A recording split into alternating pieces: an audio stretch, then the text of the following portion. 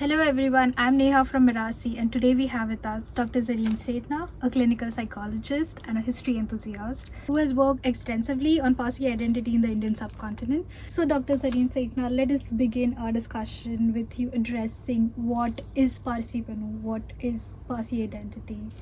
Thank you, Neha, and thank you, Mirasy, for having me over here for this very interesting podcast. As far as Parsipanu is concerned, Parsipanu is basically the core of who you are as a Parsi or Parsi identity. What it means to be a Parsi from Parsi point of view and from non-Parsi point of view. Okay, so every social group identifies itself with certain characteristics, physical, cultural, social, religious, of course, and so on. Same applies to Parsis too. A lot of Parsi identity, a lot of Parsipanu is derived from a very specific history that Parsis have, the history of migration. Parsis are originally from Persia. They are the descendants of the ancient Persians. In fact, the word Parsi literally means people from Persia. So, Parsis are the followers of Zoroastrianism, which was the state religion of ancient Persia. And Persia then was a very, very mighty empire. Somewhere around 6-7 centuries, for various reasons, the Persian Empire started to weaken, and there were a lot of invasions happening.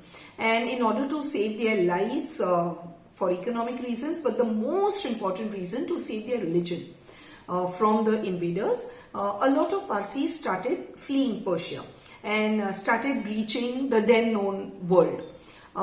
Many Parsis reached India in the 8th century, 8th century after Christ. And why India? Because India was already a known country to them. We had trade relations, Parsis had trade relations and marital relations amongst the royal families, and therefore India was not really unknown land. So the story or the legend says that Parsis set sail for India in 3 large ships, and they came with entire families. So you had men, women and children, entire families migrating. They landed in India, and they landed offshore Gujarat on a tiny island called Diu. Okay, and they lived there for 19 years.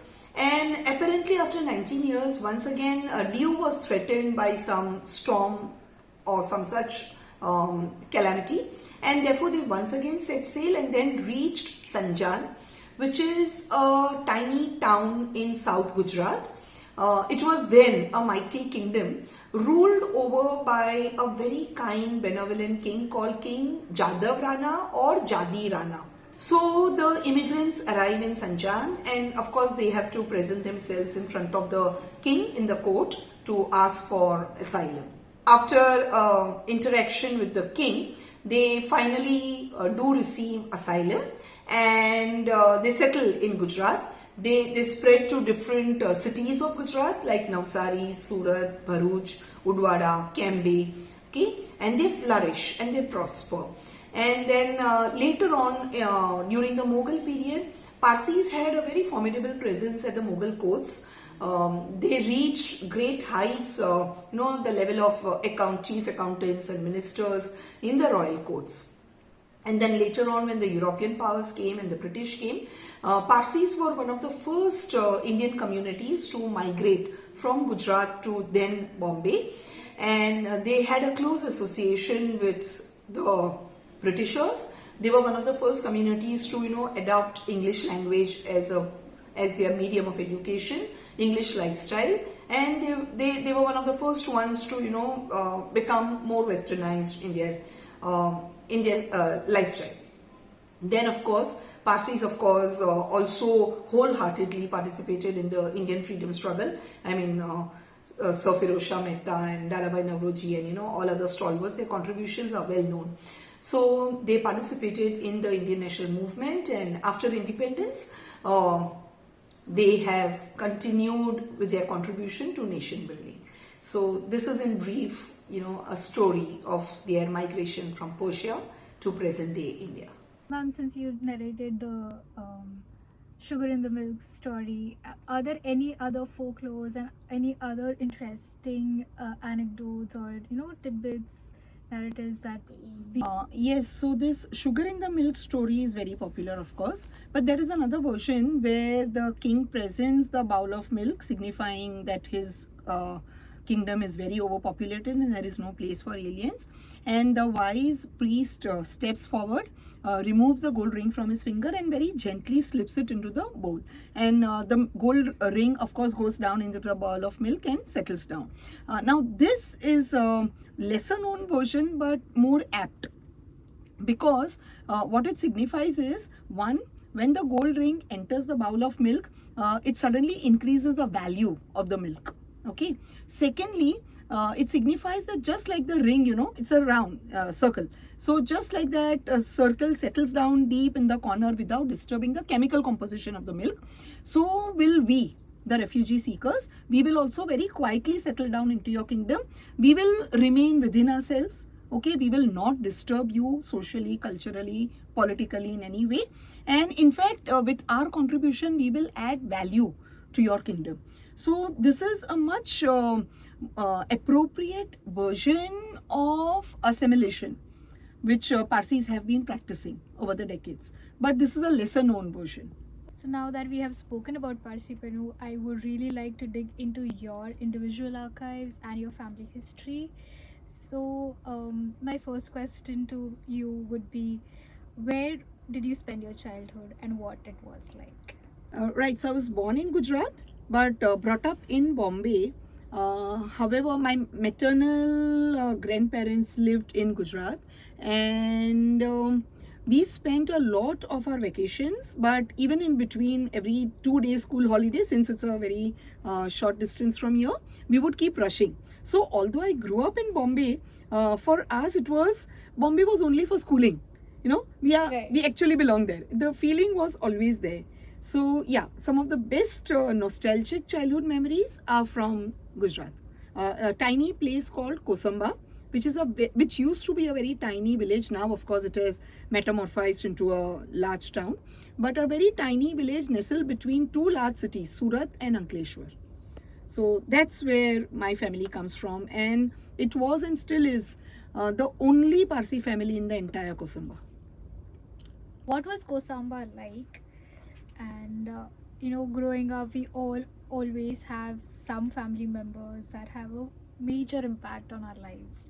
So would you like to elaborate on the landscape of Kosamba, and also how you see now it has been changing, and someone who has had a major impact on your life? Yes, so like I said earlier, Kosamba of my childhood was a very tiny, very picturesque village, almost out of the film kind of a village, nestled between two very large cities, Ankleshwar and Surat.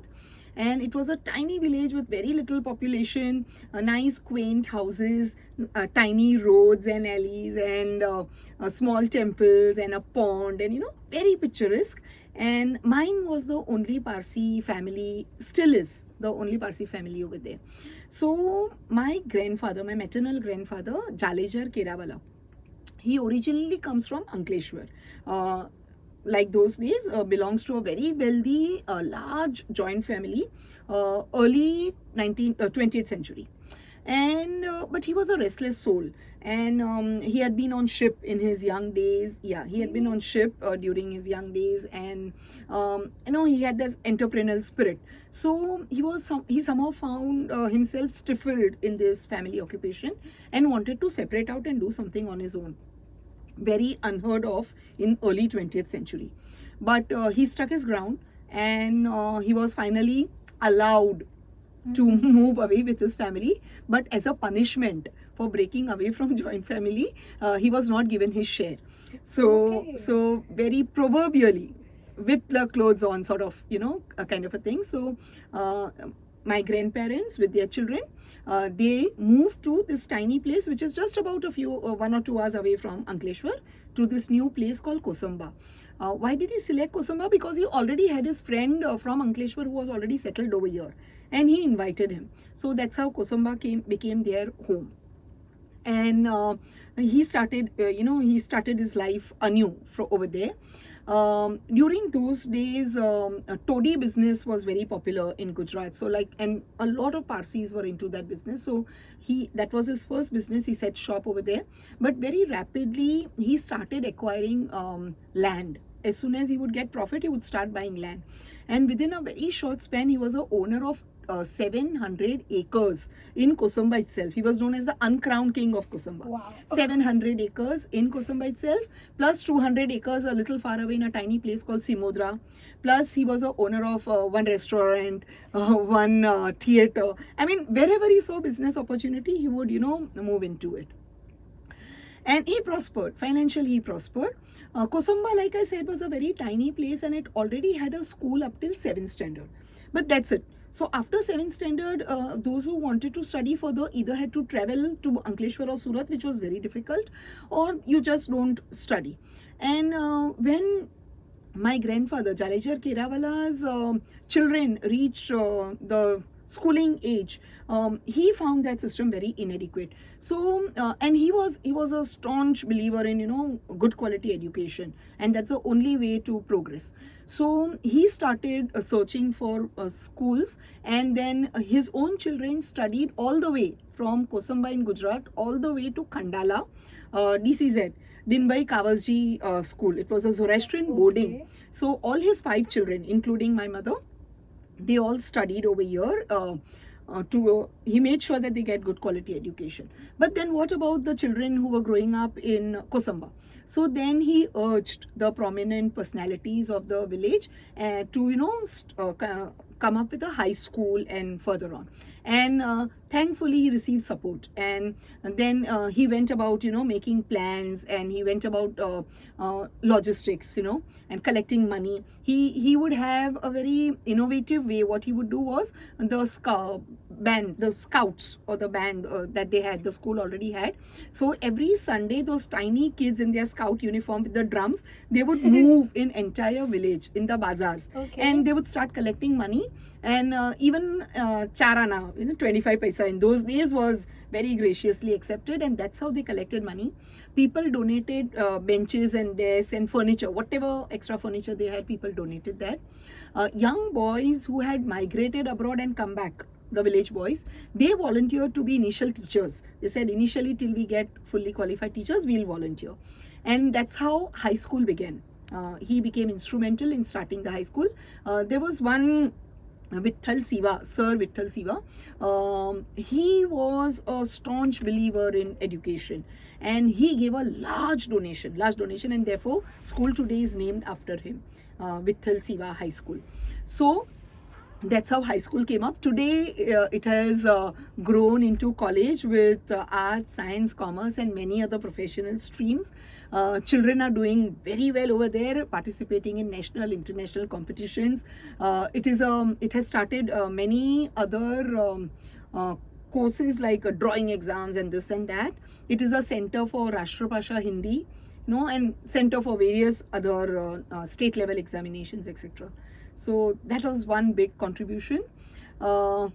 He was also the first person in entire Kosamba to have a private toilet, which was completely unheard of in 1930s when they came. Community toilets were a norm, but when he migrated with his family, he decided, no, I'll have mine separate. So he got a separate drainage system built, he got the permissions, and his family was the first one to get a private toilet. And for this initiative, hygienic initiative, he was rewarded with a certificate during those days, Gaikwad State. From Baroda. So he got that certificate of honor, and the Gaikwad State also contributed 50% of the cost. In those days, the princely amount of 150 rupees. So 50% cost was borne by the state for this very good initiative that he had taken. He was also the first one to get a radio, the gramophone. I mean, he was a pioneer in from small to large ways, you know. And he has been one of the biggest influences in our lives. Our love for education, our love for studying, the discipline that we have inculcated within us, all stem down from him to our parents, you know, my mother and his other children, and then it came down to us. And that's what hopefully I've passed on to my students and everybody else I've met. But he was and still is a major influence on our lives and a lot of people's lives. In fact.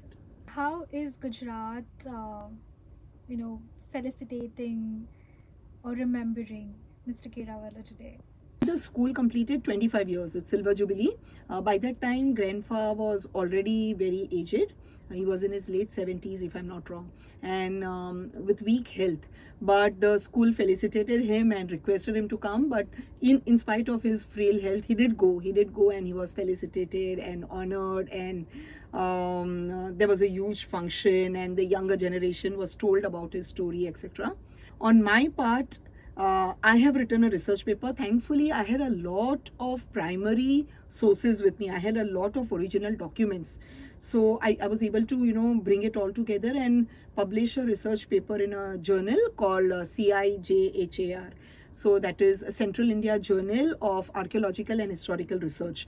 And I wanted to record it for posterity, lest the world forgets him. Because prominent Parsis, everybody knows. Everybody knows the contributions of Ladabai Navroji and Firoz Shah Mehta.